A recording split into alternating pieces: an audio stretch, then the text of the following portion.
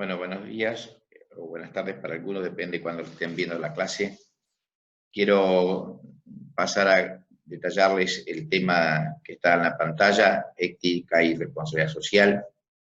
Ya estuvimos viendo algo en la clase del lunes y bueno, ahora quería dejarles algunos conceptos teóricos como para que ustedes puedan resolver luego los ejercicios prácticos de una mejor manera.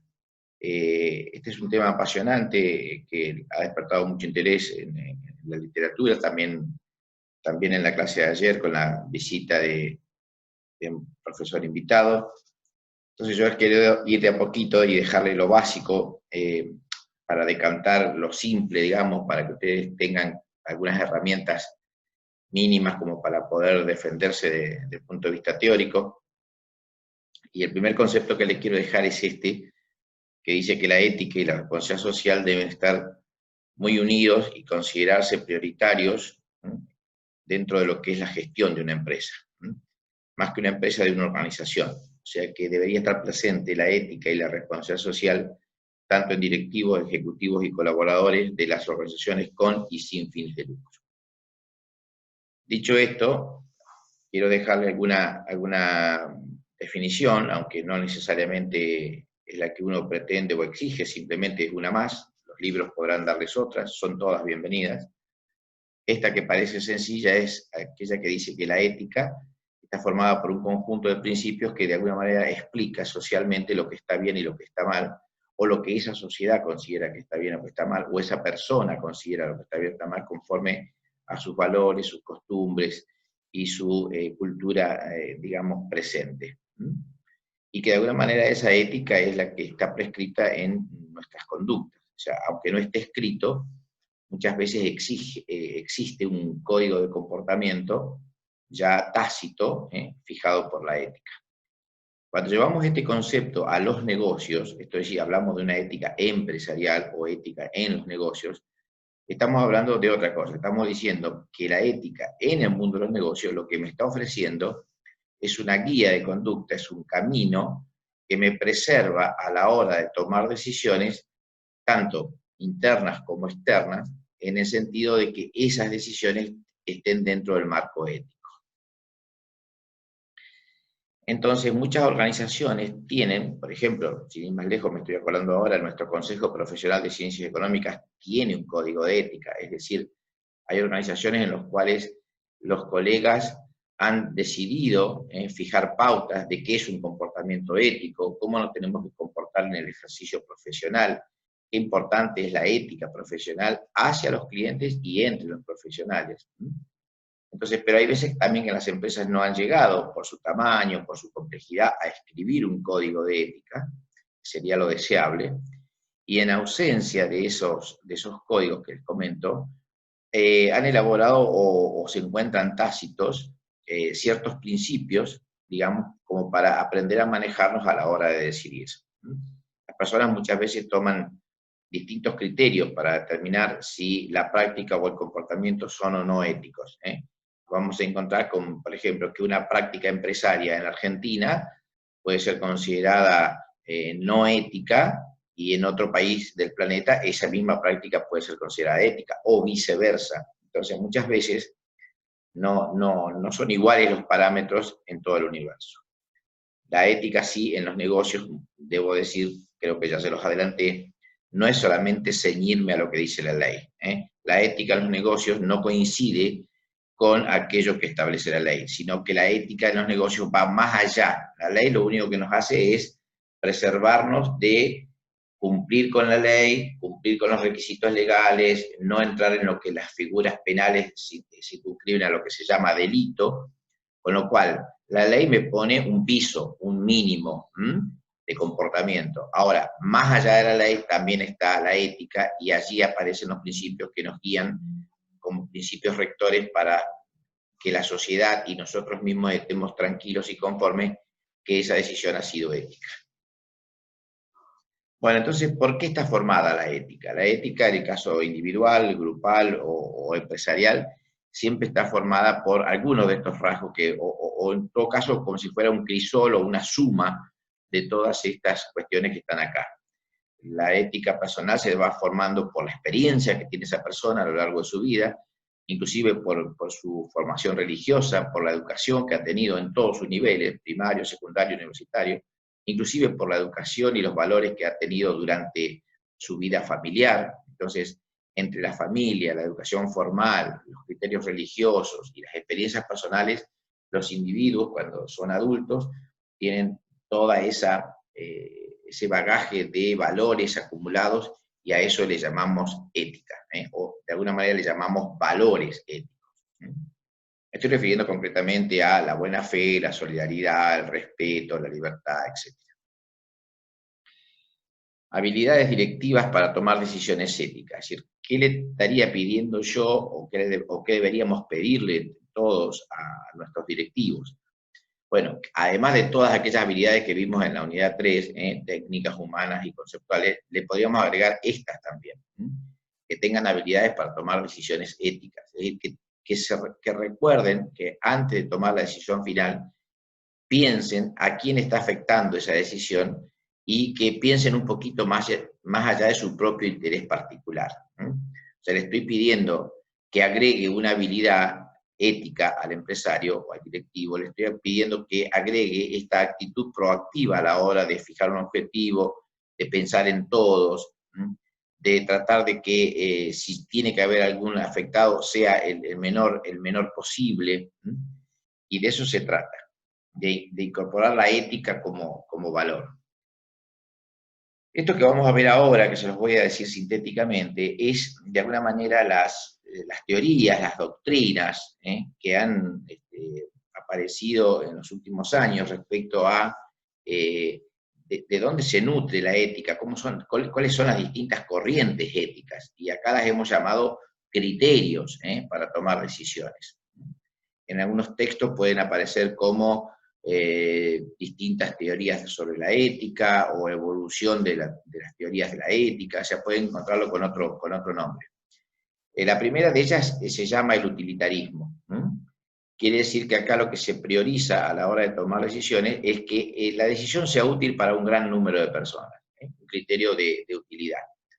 Otro criterio u otra corriente habla del individualismo, donde se destaca que aquellas decisiones éticas que están fundadas en el individualismo promueven intereses personales a largo plazo, pero siempre que no perjudiquen a otros. Es decir, valoro los derechos, valoro las personas, valoro lo individual, siempre y cuando no afecte o no perjudique negativamente a otros. Tercer criterio, la aproximación a los derechos. Es decir, esta es una corriente que se fija mucho en los derechos humanos fundamentales, y lo que trata de hacer con la cuestión ética es encontrar un equilibrio donde todos los derechos sean respetados y todos los derechos sean protegidos. Y finalmente el criterio de la justicia. Tratar de aplicar una ética que tenga que ver con tomar decisiones fundadas en el principio de la justicia, o sea, sin vulnerar derechos y encontrando alguna situación que tenga que ver con ser justo dentro de lo que significa este vocablo, o sea, encontrar una manera consistente y equitativa a la hora de decidir de manera ética. Una empresa entonces lo que tiene que hacer es tener, por un lado, la posibilidad de elaborar un código ético, o sea, un código de ética, como les decía, que tiene nuestro Consejo Profesional de Ciencias Económicas, tratar de tener ciertos principios éticos llamados credos corporativos, como para que sepamos a qué debemos atenernos, y finalmente tiene que haber políticas éticas. Concretamente tiene que haber bien publicitadas las decisiones o cursos de acción que la empresa espera desde el punto de vista ético. Acá les dejo algunos ejemplos de políticas éticas. Por ejemplo, una política ética sería: los empleados pueden aceptar como regalos una lapicera o una agenda, pero no licores, alcohol, viajes, ropa, cosas más importantes. O los resultados no pueden tener negocio con las empresas que están asociados, es decir, no puede haber una suerte de dualidad entre que pertenezco a una empresa pero hago negocio con otra empresa vinculada. Los empleados no pueden compartir información, sobre todo si la información es digamos, secreta o es de confidencial. Tampoco está bueno que haya ofensas raciales, sexuales o indecentes, eso no va a ser tolerado. por el contrario se impone utilizar entre las personas un trato agradable, cariñoso, sensible, como para decir, bueno, todas estas reglas son reglas o políticas éticas que la compañía va a defender, y de esa manera el que ingresa sabe y se atiene o debe atenerse a estos modelos de conducta. Bueno, entonces desde el directivo la ética tiene que ver con estar formado éticamente, esto es fundamental, por eso tenemos la esperanza de que los profesionales que egresen de nuestra facultad, el día que ejerzan de manera independiente a través de un estudio contable o dirigiendo una empresa o como fuera, tenga una formación ética. Segundo, dotar a su empresa de una estructura ética, no solamente el directivo tiene que ser ético, sino que los distintos órganos que conforman el organigrama tienen que estar ocupados por personas de ese mismo estilo. Y finalmente las empresas desde la dirección tendrían que tener aprobadas lo que se llama una política de delatores o informadores. ¿Qué significa esto? Significa tratar de tener una política que fomente de alguna manera a que salten a la luz, a que se transparenten, a que se informen las conductas poco éticas. Es decir, un poco parecido a lo que en la prensa en los últimos años se está hablando del famoso arrepentido, o cuidar los derechos de este arrepentido. Es decir, que existan, por un lado, procedimientos fáciles para que la gente pueda denunciar aquellos comportamientos no éticos. Segundo, tratar de tener procedimientos que defiendan al denunciante justamente cuando él o es libre de la acción o, por el contrario, también puede estar involucrado. Pero en definitiva lo que se trata de garantizar es un debido proceso al que denuncia, más allá de que esté él o no involucrado. Y la alta dirección tiene que, digamos, apoyar este tipo de política porque es como instaurar una especie de auditoría permanente respecto de nuestros comportamientos éticos. Entonces, básicamente, cuando ustedes se pregunten a la hora de, bueno, pero ¿por dónde me tengo que regir? ¿Cuál sería el procedimiento para que mi decisión sea ética en mi negocio? Bueno, a la hora de decidir, cualquiera sea, vamos a suponer, llegó la pandemia, no puedo facturar, tengo que pagar los sueldos, ¿qué hago? ¿De qué manera? ¿Por dónde pasan los carriles de mi decisión? Lo primero, reunir los hechos, el paso número uno, ¿cierto? ¿Qué es lo que tengo? ¿Qué es lo que ha pasado? ¿Cuáles son las variables que intervienen? ¿De dónde me puedo informar? Después definir mi objetivo ético. Por ejemplo, un objetivo ético es la empresa, lo último que hará es despedir gente. Bueno, perfecto, es un objetivo ético, sin ninguna duda. Hace muy poquito invitamos a la profesora Magalí Giunta de la empresa Diagnosis, y ella nos comentaba en una charla de posgrado donde en definitiva la empresa lo primero que hizo frente a la pandemia es llevar tranquilidad a sus colaboradores, es decir, tranquilos, acá se van a pagar los sueldos, tranquilo, acá nadie se va a ir de la empresa, tranquilo, vamos a pensar en un plan B, tranquilo, vamos a pensar en la pospandemia. Entonces, ese tipo de decisiones donde anteponen la ética antes que nada, son las decisiones que en definitiva terminan beneficiando a todos los colaboradores. Tercera cuestión, identificar a todas las partes que están afectadas. Pueden ser clientes, colaboradores, proveedores, sociedad en general. Cuarto, identificar las consecuencias. A quiénes afecta, qué puede pasar si toma esta decisión, jugar un poquitito con los escenarios, qué pasaría si, a quién afectaría si esta decisión fuera en tal sentido. Después tener muy en claro cuáles son las obligaciones de la empresa hacia todos sus stakeholders, hacia todos los interesados. Luego, tratar de darle a la decisión un carácter integral, o sea, una solución que de alguna manera contemple a la gran mayoría. Séptimo, pensar de una manera creativa, o sea, no ceñirme a las mismas decisiones del pasado, sino buscar con creatividad soluciones nuevas que abarquen, si es posible, a todos. Y finalmente, también chequear su instinto, o sea, pensar qué le dice su intuición respecto a las consecuencias de su decisión. Bueno, frente a todo esto, vamos a tratar de estar dándole un procedimiento ético a la toma de decisiones. Y aquí les dejo algunas reflexiones. Esto ya se discutió de alguna manera en la charla y se va a seguir discutiendo. Es decir, ¿tienen las empresas responsabilidad respecto a su negocio desde el punto de vista ético? A mí me parece que la respuesta es sí. No hay ninguna duda que la sociedad digamos, le va a exigir a las empresas tarde o temprano, en calidad, en atención, en precio, en imagen, en reputación, en fidelidad, lo que fuere, le va a exigir y le va a hacer pagar esa responsabilidad en caso de no tenerla. Deben ser juzgadas las personas por las mismas normas que los... No, perdón, deben ser juzgadas por las mismas normas que los individuos. Bueno, evidentemente hay una ética individual y hay una ética empresarial, sin ninguna duda. Bueno, habrá que delimitar bien cuál es el límite entre en qué momento la ética individual termina invadiendo la ética empresarial o viceversa. ¿Deben estar comprometidas con algo más que el propósito de rentabilidad para los accionistas? Bueno, yo creo que la respuesta también es sí, sin ninguna duda. Las empresas tienen un fin social, han sido creadas para responder a una sociedad, se crean para satisfacer una necesidad presente en la sociedad. Entonces, más allá de que se dediquen a proveer bienes o servicios o lo que fuere, las empresas están comprometidas con algo más, yo diría mucho más, que solamente darle rentabilidad al capital de la inversión de su accionista.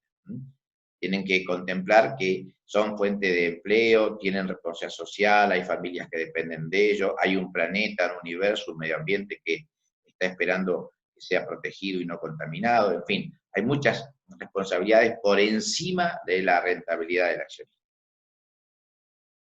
Entonces hablemos sintéticamente, primero a favor y luego en contra de la responsabilidad social. Beneficios. Bueno, ayudar a que la organización superviva más en el tiempo, al ser respetada y valorada por la sociedad. Centrarse en producción de bienes y servicios para cada vez tener mejor rendimiento, sobre todo pensando en el largo plazo. Esos son beneficios de permanencia, de rentabilidad, de calidad, de generación de empleo. Son todos beneficios que provienen a raíz de la responsabilidad social. Pero también hay algunos detractores o críticos donde dice que, bueno, que también poner dinero en responsabilidad social o en cubrir a las empresas de las responsabilidades sociales las hace un poco menos rentables, por ahí pueden ofertar precios más reducidos si no tienen semejante inversión, y eso las haría más eficientes a la hora de competir, en fin. Como siempre, vamos a tener ventajas y desventajas de cualquiera de las herramientas que hemos expuesto. Pero sin lugar a dudas, y haciendo una suma algebraica, yo diría que los beneficios de la responsabilidad social aplicada deberían ser superiores a la inversión o al costo que llevó su implementación. ¿Cuáles son los grupos o llamados stakeholders? Es decir, ¿a quiénes afecta a las empresas con sus decisiones? En este caso, ¿quiénes son los que están involucrados o quiénes son los que tendrían que cumplir con la responsabilidad social? Bueno, todos estos que están aquí en pantalla, los dueños de la empresa, los empleados, el gobierno, las autoridades de aplicación, los clientes, los competidores, la comunidad en general, los sindicatos, los grupos de activistas sociales, los grupos de interés, los defensores de derechos, en fin. Entonces, para ir cerrando el tema en este caso teórico de la responsabilidad social, yo decimos, bueno, vamos a ver qué implica la responsabilidad social para el directivo, en este caso, muy importante que esté con una concepción ética, que tenga como modelo dirigir a su organización con ese tipo de conducta personal, y fundamentalmente tiene que permanentemente modernizarse y refrescar esa conducta ética, con una habilidad más, como quedó expresado hace unos minutos. Para aquel que dirige un equipo, fundamental, los equipos tienen que tener una gran importancia en el comportamiento ético, la tolerancia es uno de los principales ingredientes, porque de lo contrario corre riesgo de que se desintegre ese equipo de trabajo. Y para los individuos, fundamental, me tengo que plantear si lo que yo decido hoy, mañana esto aparece en la primera página de un diario, ¿yo lo haría? ¿Me sentiría a gusto describiendo esta decisión frente a los accionistas o clientes? Es decir, ¿cómo me sentiría si tengo que dar cara a cara un discurso a los clientes diciéndole, o a los accionistas en el directorio, diciéndole, bueno, mi idea es cerrar la planta y despedir a 100 personas? ¿Lo haría? Entonces, esas son las reglas de oro o los principios éticos desde el punto de vista individual. Que yo debo tratar a la gente de la misma manera que quiero que me traten a mí. En fin, vamos a hablar entonces ahora, dejando un poquitito estas reflexiones, vamos a hablar un poquitito de desarrollo y sustentabilidad. El concepto de desarrollo y sustentabilidad es mucho más acá en la historia, más moderno que el inicio del concepto de RCE.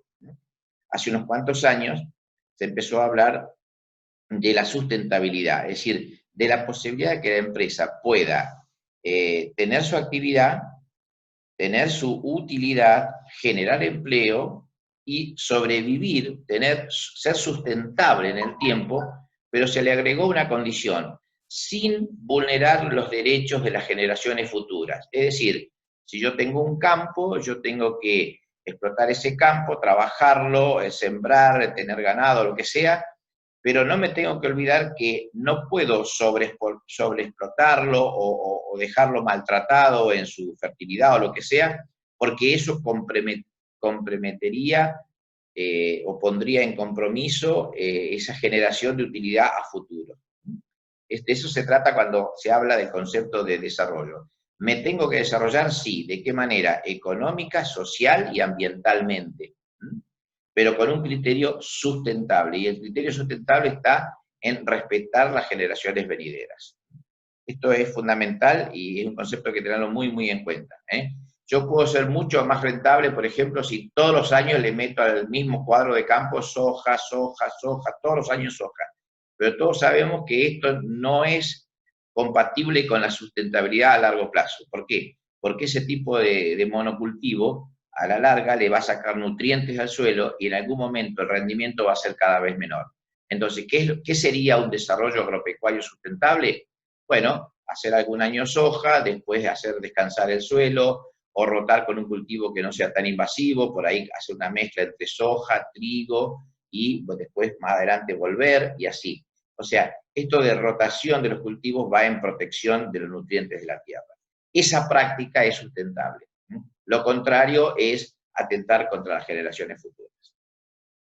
Bueno, ha habido mucha literatura y mucha declaración política a favor de la sostenibilidad y de la RCE. Acá les dejo algunos hechos. En el año 99 ya la Unión Europea hablaba de estos temas en la cumbre de Helsinki.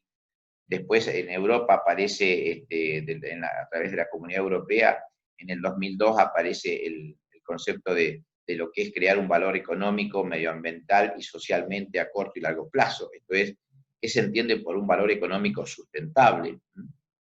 Aparecen también Naciones Unidas a través de sus integrantes, aparecen líneas directivas de la OCDE, llamada Organización para la Cooperación y el Desarrollo Económico. Aparecen comisiones europeas de trabajo donde se van a través de distintos institutos escribiendo las pautas sobre las preocupaciones sociales y medioambientales. Entonces, todo esto sirve como antecedente político y científico respecto de la doctrina actual desarrollo sustentable. ¿De qué se trata cuando hablamos entonces de responsabilidad social corporativa, apuntando esto a la cuestión que estamos hablando? Lo primero, que las empresas y los gobiernos traten de formalizar políticas y sistemas de gestión para que todos los interesados puedan tener una buena relación con el medio ambiente. La segunda, que haya una transparencia informativa, es decir, que se sea transparente, que se informe en si realmente se está contaminando, cuánto, de qué manera, y no que se oculte las prácticas que no están relacionadas con el medio ambiente. Después, que se pueda verificar, que los indicadores sean verificables, que se sometan a las auditorías de expertos, que haya la posibilidad de una auditoría externa. Ayer hablábamos, y lo explicaba muy bien Julián Bresser, cuando decía, entre otras cosas, que su consultora hacía estudios de impacto ambiental. Bueno, cuando una empresa se somete a la realización de un estudio de impacto ambiental, está sometiendo sus procesos de producción a un escrutinio, está sometiendo su proceder a una verificabilidad, como dice acá, de su gestión. Y eso está bueno porque hay una intención entonces de cumplir con el desarrollo sustentable. Entonces implica 5 áreas funcionales esto de la responsabilidad social corporativa. La primera, un gobierno corporativo, que tenga muy en claro estas tres dimensiones. Segundo, que el directivo tenga un concepto estratégico e incorpore dentro de la estrategia la cuestión de la responsabilidad social para defender a todos los grupos de interés. La gestión, que tiene que ser controlada y controlable, en el sentido de generar información, y el control, a través de herramientas que pongan arriba de la superficie indicadores, como puede ser el cuadro de mando integral, o algún otro indicador de gestión, como para ver que la responsabilidad social se está cumpliendo. Enseguida vamos a ver qué significa esto de los indicadores. En fin, un pantallazo de cómo está la Argentina. Argentina está todavía en una etapa incipiente, no está a la altura de los países que más ha desarrollado el concepto de responsabilidad social empresaria. Si bien ha habido, digamos, compromisos, declaraciones, y se han firmado tratados, todavía estamos en una etapa incipiente. Por ejemplo, en el 2004 hubo un paso muy importante, se firmó un pacto global con más de 230 organizaciones de distintos lugares del país, y la idea es que estas empresas incorporen la responsabilidad social empresarial en su producción, en sus ventas, en sus procederes, teniendo en cuenta las tres dimensiones: social, económica y ambiental. En definitiva, entonces, si hacemos una radiografía de la República Argentina en materia de RCE, nos vamos a encontrar con que estamos en una primera etapa, tratando de sensibilizar, tratando de convencer, tratando de conceptualizar, a través de las políticas y los sistemas de gestión empresariales para que incorporen herramientas del RCE. Hay, por supuesto, ya legislación que ayuda, enseguida lo vamos a ver, donde obliga a las empresas con más de 300 empleados a elaborar un balance social, donde ahí queda reflejado cómo se comporta la empresa. En general, hasta ahora no hay auditorías o escrutinios externos de manera generalizada, con lo cual estamos un poquito en deuda en materia de transparencia y de escrutinio externo, que, insisto, es lo que haría falta que hagan. Y acabo de mencionarlos y quiero expresarles que ya desde hace más de 10 años, la gran mayoría de las empresas latinoamericanas, inclusive Argentina, están tratando, de cierto tamaño de empresa o de cierta complejidad hacia arriba, elaborar un balance y un informe social. ¿De qué se trata? Se trata de que esta herramienta, parecido al balance contable que ustedes conocen, trata de elaborar y brindar a la sociedad informes cuantitativos o cualitativos de cómo se ha comportado la empresa en un determinado periodo, que generalmente coincide con el periodo económico-financiero, y de qué manera puede exhibir el respeto por los derechos y las obligaciones en materia de responsabilidad social. Bueno, el balance social fue definido por la Organización Internacional del Trabajo como una herramienta de política social, voluntaria. En su momento empezó así, de ninguna manera es impositiva, y la idea es que brinde información sobre lo que ha hecho la alta dirección en todas las dimensiones de la RCE. Lo que quiero hacer con el balance social es realizar un diagnóstico de la gestión empresarial, mostrar indicadores que permitan cumplir el compromiso con los trabajadores, con los clientes, con los proveedores.